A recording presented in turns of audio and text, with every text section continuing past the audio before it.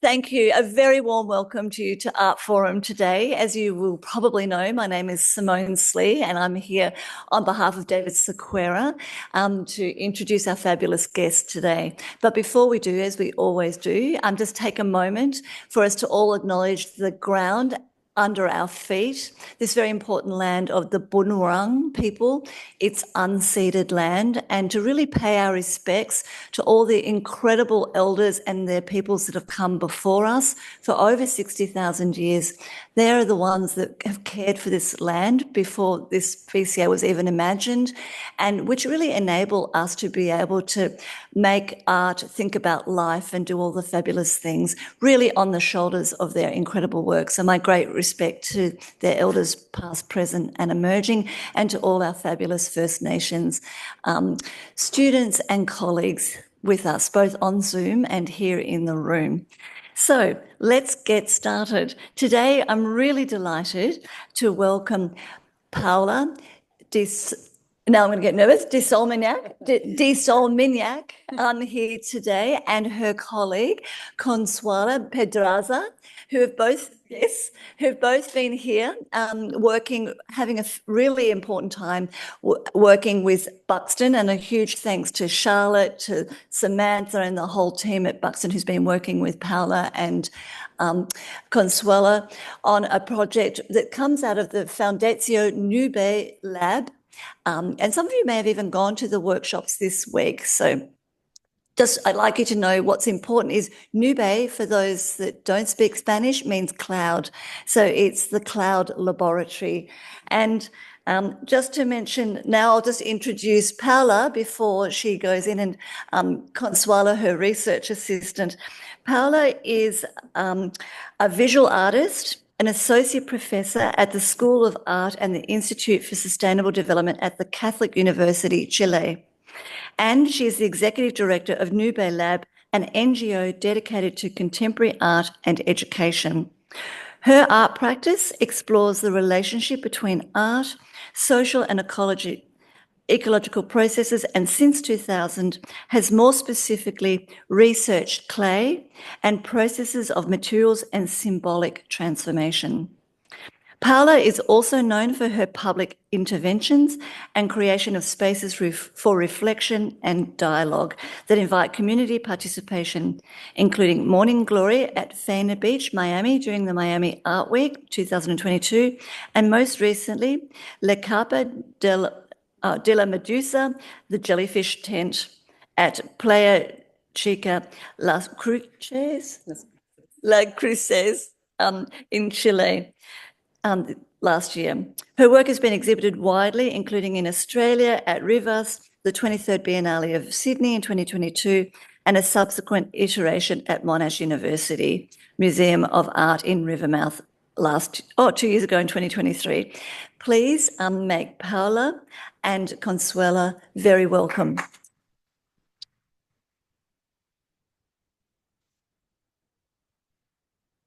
Well, thank you, Anthea, and thank you, of course, all of you for being here and sharing with Consuelo and me what we are going to share with you. So let's get started.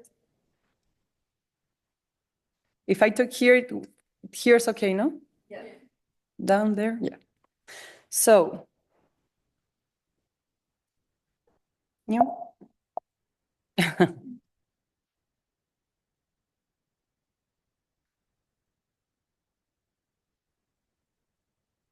There it is? No. I see. Yeah. Well, today in this room, most of us are artists. Consuelo and I are Chilean artists. While I have been developed my professional career in creating artworks, Consuelo has focused on research. However, today we are not here just to introduce ourselves as individual artists, but as part of the team at Nube Lab, an organization we define as a public learning laboratory, and where since 2012 we work for the promotion of social creativity, that is, for all people.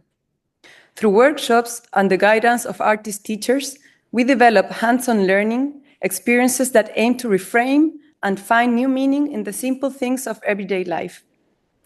Creativity is a complex capacity. that, like the gears of a clock, sets a range of other abilities into motion in order to fully develop. Traditionally, art is expected to produce artworks or artistic products. However, at Nube Lab, we are artists who do not create objects, but rather experiences.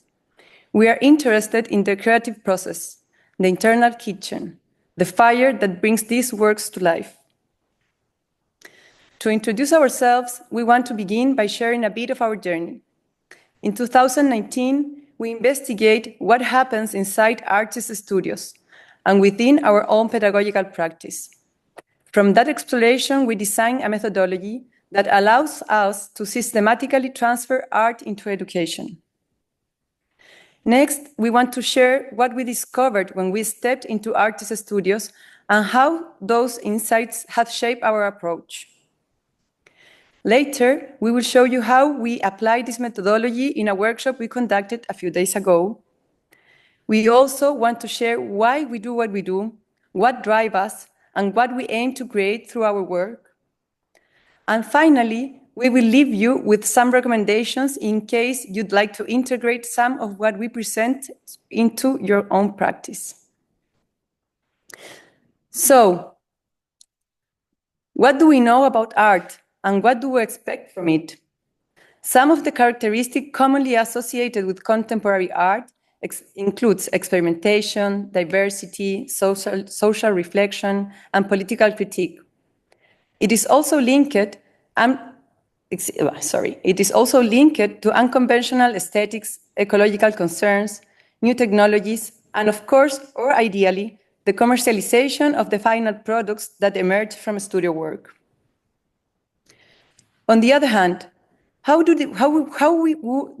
we define education, and what do we expect from it? Generally, formal education is characterized by a hierarchical structure organized into levels. It is developed through a curriculum where processes ideally are assessed, but in most cases, the focus is on results. Additionally, it has a set duration and grad degrees, among other aspects. The meeting point between art and education is art education, and that is precisely where we work at Nube. In fact, we prefer to call it education through or from art, because it is not just about teaching art, but about activating learning processes based on its logic, its sensitivity, and its transformative potential. In the book, The Nube Method, we first describe various models of art education that emerged from the second half of the 20th century onward. We also review both internationally and Chilean initiatives, identifying key approaches in the intersection of art and education. And finally, through the observation made by the team of anthropologists working at Nube, we were able to define the fundamental pillars that enable the transfer of art into education. These pillars are the artist teacher, context as a resource, pedagogical design, and evaluation. I won't go into much detail now because I want us to see them in action in the second part of the talk when we analyze what we did in the workshop at Buxton. However, here are some clues. Artist teacher is an artist who values and develops both their creative and pedagogical work with equal dedication. Context as a resource is the ability to find creative potentials in any setting. Pedagogical design means the awareness that every creative process follows steps and structure. And finally, evaluation is understanding that the true value of the process lies in its impact on others. Over the years, we have visited countless artist studios. Always driven by curiosity, we have asked them about their creative processes, their relationship with tools, materials, books, their surroundings, childhoods, and concerns. Even during the pandemic, when nobody could visit our workshop, we created a television program called Oye, vamos al taller, or Hey, let's go into the studio, where we visited the studios of both established and emerging artists to ask them everything, from what they ate to how they create their works. We then brought activities into schools and distribute it through television, applying our methodology on a large scale. Let's see a little bit of it. I'm going to play the play. Oh.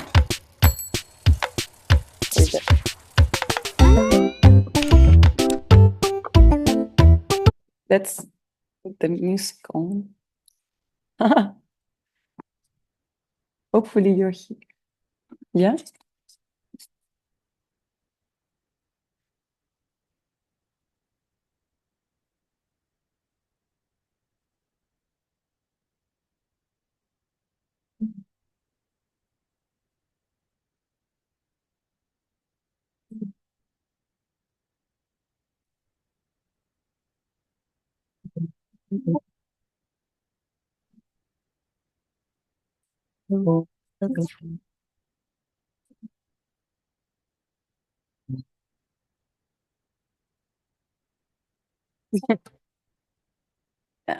Hi.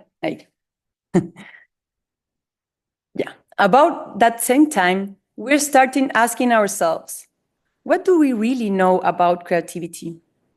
Is creativity the main asset of an artist? What distinguishes artistic creativity from other forms of creativity? How essential and relevant it is for addressing today's societal challenge?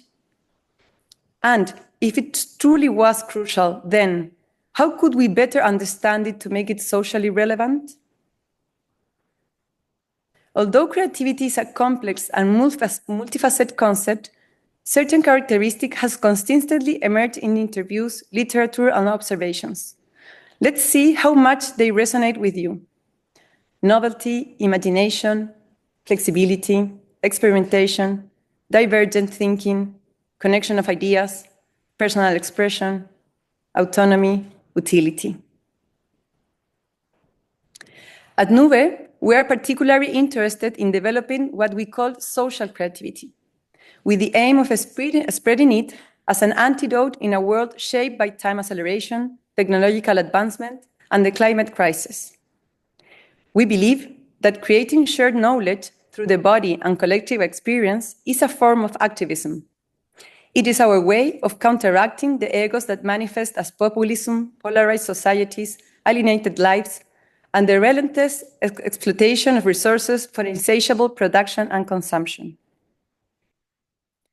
Now, I'd like to share with you what we did these last days during the open workshop Living in the Midtones at Buxton Contemporary.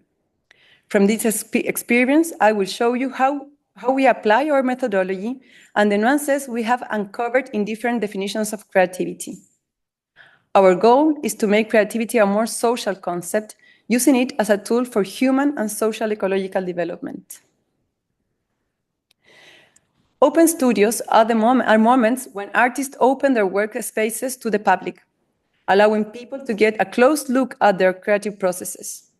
These are spaces for direct interaction between artists and the public.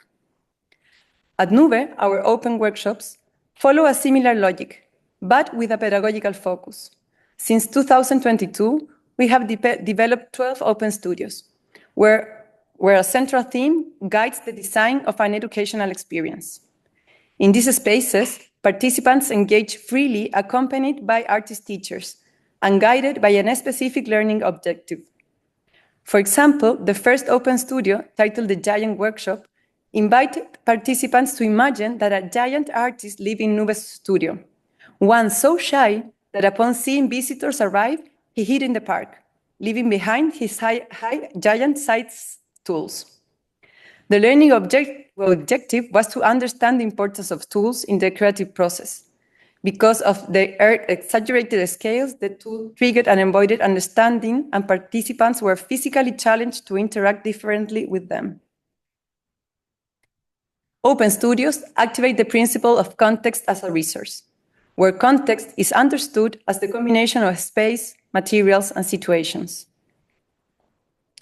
In the case of the Living Midtones workshop, the context was, we are from Chile, our first language is Spanish, and museums in general, and the Buxton Contemporary in particular, have a mission to be a meeting place for artists, students, and the general public. So, we were going to come from the other side of the world, speaking a different language, and meet people with and without knowledge of art. So we turned that opportunity into a learning objective. The aim of the workshop was to demonstrate how artistic practices can reframe cultural, disciplinary, and personal differences in order to build consensus and create meeting points. Through a hands-on exercise focused on connecting ideas, the workshop not only valued the final product, but also emphasized the collaborative process, which sparks imagination and encourages dialogue among participants from diverse backgrounds. So, how did we do it? Through pedagogical design, we transformed what we had, cultural differences, a room with walls, and the journey we had made, into an educational setting. We turned the walls into interactive blackboards. In the center, we placed our large mural of the Pacific Ocean as a symbol of our most obvious distance. On the sides, we create different data visualization to document the creative processes participants developed throughout the workshop. Using only black ink, reusing a diary as a material, and proposing text in Spanish and in English, we assume our condition as travelers, while at the same time trying to achieve maximum performance with minimum resources. And we invite participants to build meeting points through a simple yet powerful action, drawing and cutting our shared words, starting from two seemingly distant ones. In doing so, we gradually transform that ocean of difference into an ecosystem populated with common grounds, where distance became bridges and difference became raw material for collective creation. As I mentioned earlier, the role of the artist teacher is someone who understands their creative practice as a pedagogical one. Rather than simply transforming materials, they work toward educational transformation. Instead of generating knowledge through their individual artwork, they create it collaboratively with others. In this workshop, that role took shape in two moments. At the Nube Lab workshop, we prototyped the activity, experimenting with formats, materials, and timing, using what we had on the hand and what we expected to find here as well. At Buxton Contemporary, we took the role of mediators, accompanying the game proposed for the workshop. There was no formal guide, just companionship and presence, allowing learning to emerge from the participants' interaction. And finally, a few words about evaluation. On the wall opposite of the Pacific Ocean wall, we installed the Ideas Warehouse, our interactive space where participants document their learning, reflection, and intuitions throughout the workshop. I'll return to these results later toward the end of the presentation. So, what about creativity? Early, I shared a few definitions of creativity and mentioned that at Nube we aim to push it toward collective. Now, after walking you through our open studio experience, I want to return to the idea of creativity, but for a more grounded perspective, to talk about the types of creativity we seek to nurture at Nube, which carry subtle or sometimes significant difference from traditional definitions. Because for us, creating isn't just about producing something new, it's also about creating connections, raising questions, creating shared time, creating spaces for listening and transformation. At Nube, we value not novelty for its own sake, but what we call sediment, something that acknowledges its origins in the past and through the creative process renew its value in the present while leaving something meaningful for the future. In the workshop, we reuse words and materials to generate new shared meanings, and we left the cut-off remnants on display, an invitation for the game to continue in the future with others. Because for us, creativity is also about what endures and evolves. We choose, instead of novelty, promoting the sediment. A Taoist poem says the usefulness of a cup lies in its emptiness. While creative products are often expected to serve an utilitarian function, at Nube we prefer to think of artistic creativity as a space for reflection, pleasure, and delight. A state of well-being that rather a state of well-being that, rather than aligning with consumption, dwells in leisure and the fertile emptiness of doing nothing, a space filled with intuition and possibility. In the workshop, we work with the idea of the interline, the blank space between two lines of written often interpreted as what is left unsaid. Engaging with that space invites us to read between the lines, to uncover hidden meaning, perceive nuances, and understand others, even if they're silence. It is also essential to affirm the value of mental wandering and the reflective connections we make when we go to a museum, experience art, or take part in any artistic activity. These moments often belong to free time, and while they may be undervalued, they are in fact deeply formative. So utility for us can also be discovered in leisure moments. Thinking with the hands, with intuition, using emotions and the senses, has historically been a way of knowing marginalized by analytic thinking, which tends to overvalue control and the rational sequencing of processes. In the workshop, we reversed that logic. We shifted from thinking in order to do, to doing in order to think, in a way that is sensory, intuitive, and context-driven. We allowed mind and body imagination and reflection, as well as touching, cutting, painting, to become legitimate forms of thought. That is because we promote embodied everyday learnings. And in response to the idolization of the long creative genius, at Nube we believe that everyone can be creative. By activating networks of sensitive relationships, working with others, and offering our artistic practice in service of the collective. Over 120 people took part in the workshop. Together, we discovered more than 60 shared meanings and created a collective mural inspired by the familiar image of our shared Pacific Ocean. So even though we admire individual genius, we are in collaboration. These are some of the core principles connecting creativity with sustainability: collaboration, reuse, the values of free time, embodied thinking, the body as a tool for knowledge, and the ability to imagine shared worlds. At this point, I ask myself, what good is all this theory without practical meaning? Everything I share with you today, as you saw, was put into practice through the workshop. It became real, embodied action. Still, the big question we always ask ourselves at Nube is, what is the purpose of my work? I'm an artist. I know my creative impulse comes from an inner drive, from my own creative desires, and that I often seek beauty in its many forms. But also I wonder, I am leaving something behind in others? Am I creating learning, not just aesthetic experiences? And so, it's time to share with you the results of the Idea Warehouse. In this space, we ask participants about what they learn across 5 dimensions: conceptual understanding, collaboration, creativity, the making-doing, and ideas for the future. When asked, what did you discover you have in common with others? The most frequent answers weren't concrete things like the sky or the ocean, but rather more abstract and meaningful ideas, like the challenges we face and dreaming. Participants identified 49 new shared elements, and what stood out was how many of them revolved around community, connection, and shared experience. This reaffirms something we felt from the beginning. Creativity doesn't just generate new things, it can also create bonds, empathy, and a sense of belonging.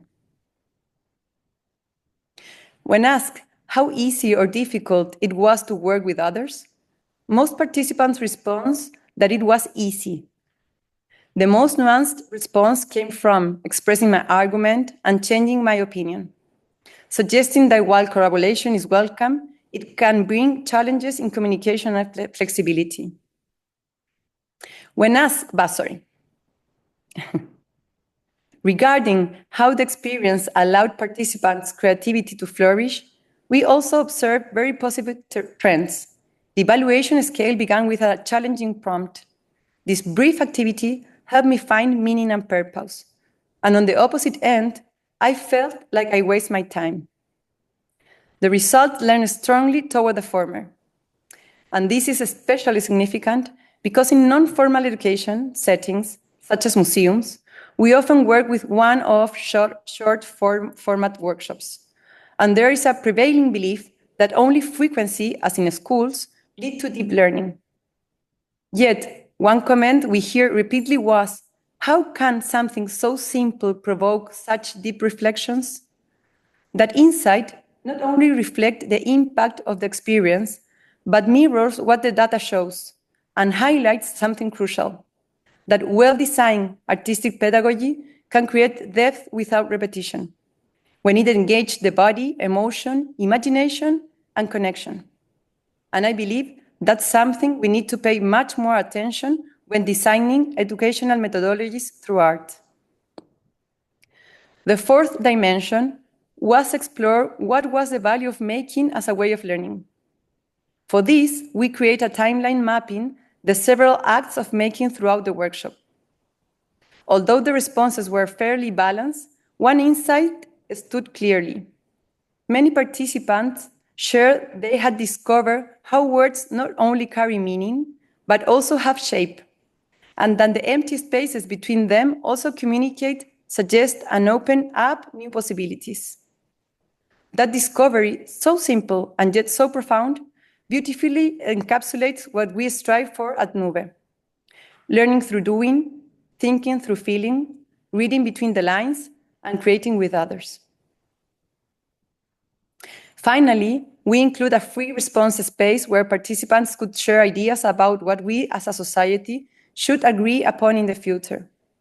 We received 70 proposals, diverse and thoughtful, reflecting a shared desire for dialogue, care, and transformation. I believe the ideas warehouse was valuable on several levels. First, because everyone participated enthusiastically and enjoyed the process. In a time when satisfaction surveys have become essential tools for evaluating services and validating institutions, this approach adds value to visual thinking and opens up possibilities for new ways of collecting and visualizing data. Techniques like scribbling, painting, or fingerprinting were very well received. And something especially meaningful was seeing how people react to each other's responses, something that traditional 101 surveys format can offer. And of course, made implicit learning of the experience visible on a shared wall, allowing both participants and observers to reflect on, amplify, and deepen what we had taken place. We've now reached the end of this presentation. And as I mentioned at the beginning, I'd like to close by sharing a few practical recommendations for fostering social creativity. This can be helpful for anyone looking to become more aware of their own creative processes, as well as for those who feel inspired to grow as an artist teachers or who have a strong interest in art education. In this slide, you may see a diagram that we have been using to explain both the facilitators that support the development of creativity and its possible results. In facilitators, you may see the social ones, or learning climate, and the individual ones, or inner ones.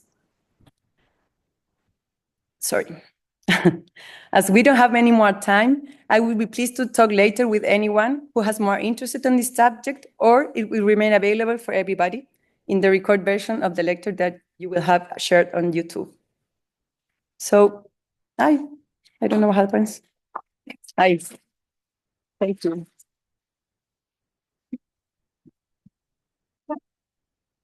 Paula and Consuela, thank you so much for that generous presentation.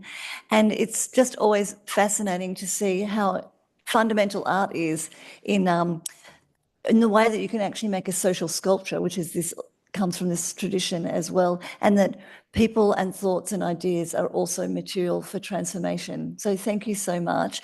Have we got any questions from out there? Yes, we have one. Thank you.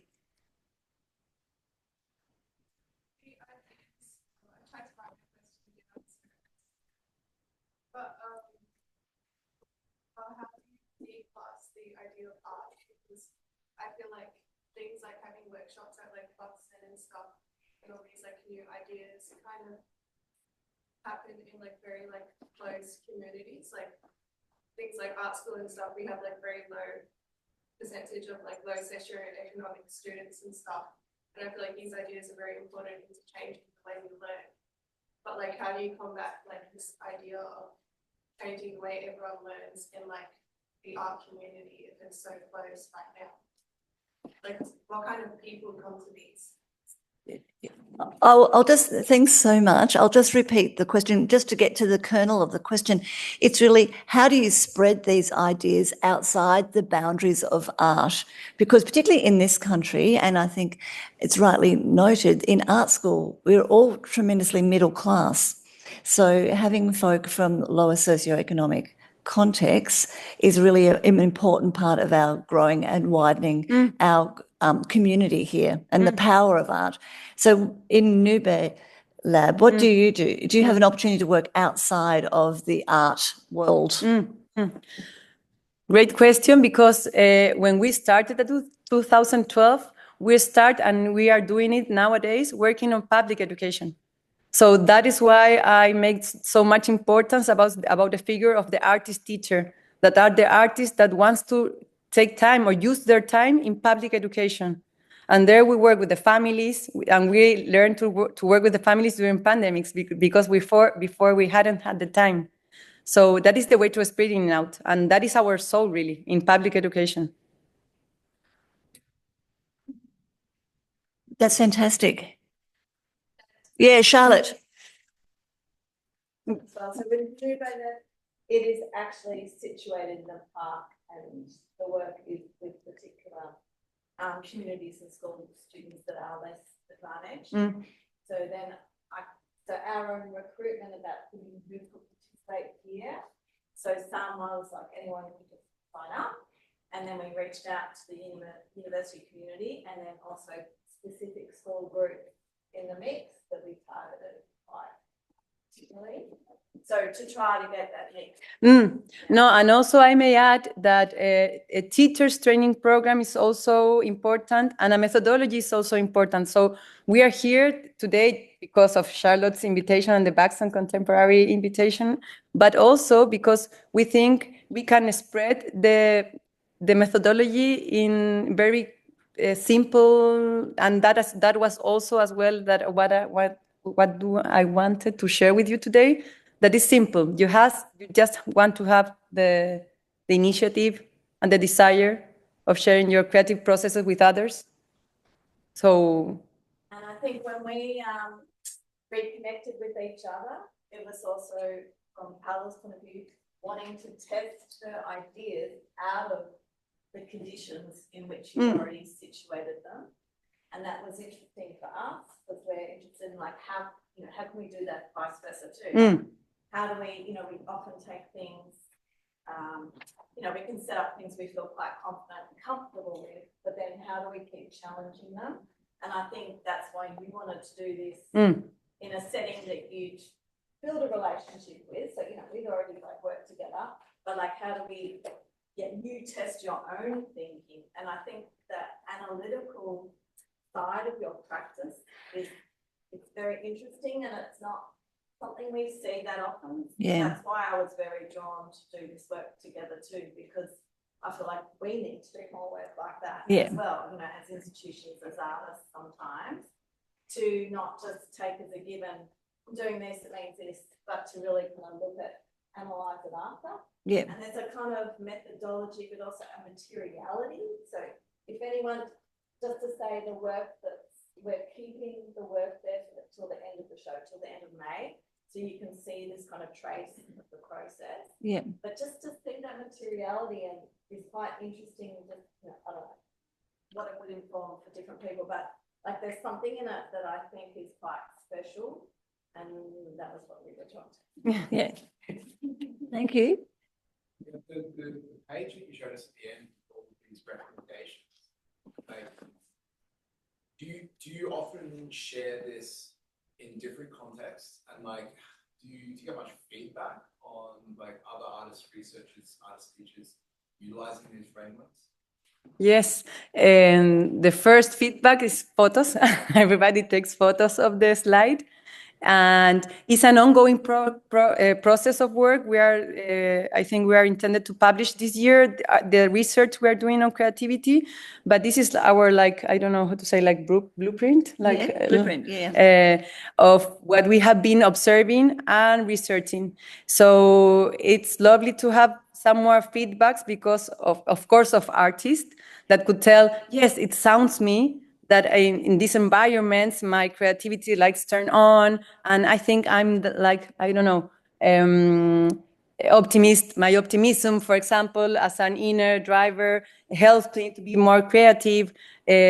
So yes, we'd love to share it in order to see what is happening in the art world and with our colleagues in different parts. In order not just to have like a unique recipe, no, because it's not like that. I try to arrange it like in some kind of order just to explain it well, but of course we know that time is not aligned and everything is more like messed up. But there are some of these things, and you may do your own draw, of course. Can I see another hand at the back? Mary.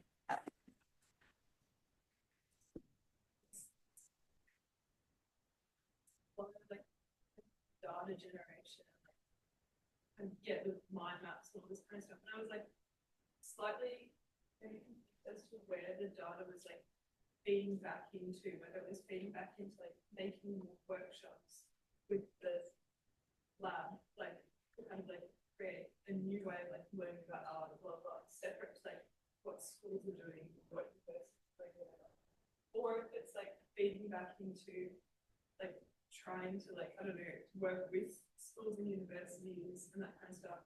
And like whether, for example, what actually happens in the workshops.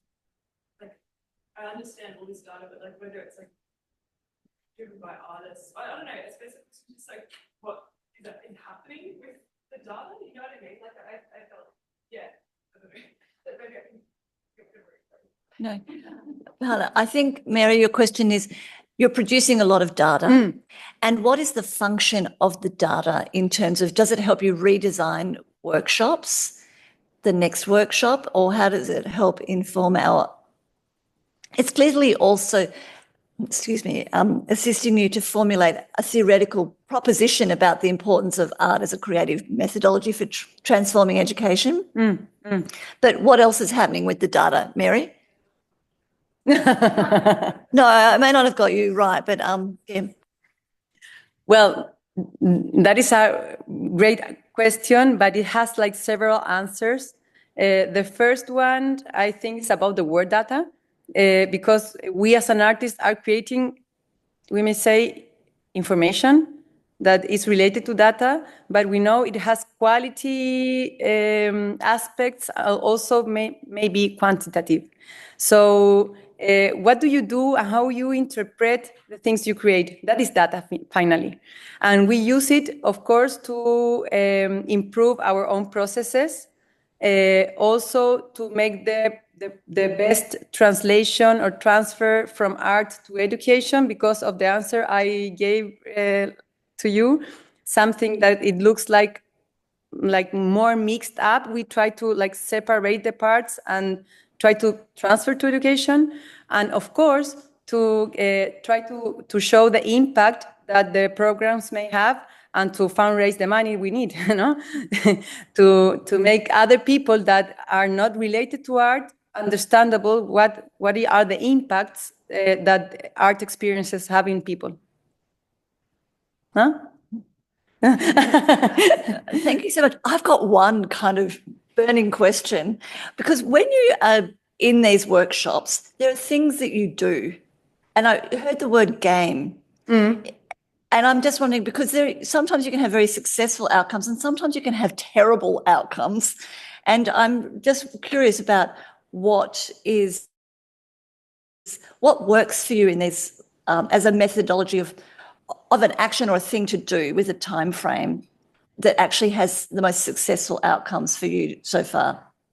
Do you understand what I'm asking? About the game? Yeah, the game. Tell us about the game. You use a game as a method for interacting with people to interact together and produce the data. Yes. The A game. little bit what is on my mind about the game? Yeah. So, of course, the game is the kind of action that we choose to define what is happening in the workshop. In order not to be like a failure, I think we haven't had any failure open workshop. We work properly with the pedagogical design and with the artist teachers, and with the very simple materials and approachable materials. So the three pillars I show you, the context as a research, the artist professor, and the pedagogical design, they are all put in action all the time. Of course, something can not works the way you design it. And that is also the beautiful of the present moment. Because you dispose something, like when you invite somebody to have dinner in your house, you prepare everything and you think everything is perfect, but not all the times works perfectly, because that's the energy people brings with them. But that is very beautiful, and I think that is workshop for. The same as when we as an individual artist go inside our workshop, not all the time went out and says, oh, this was a great day. Sometimes we have bad days, but sometimes not. So that's the idea of the game.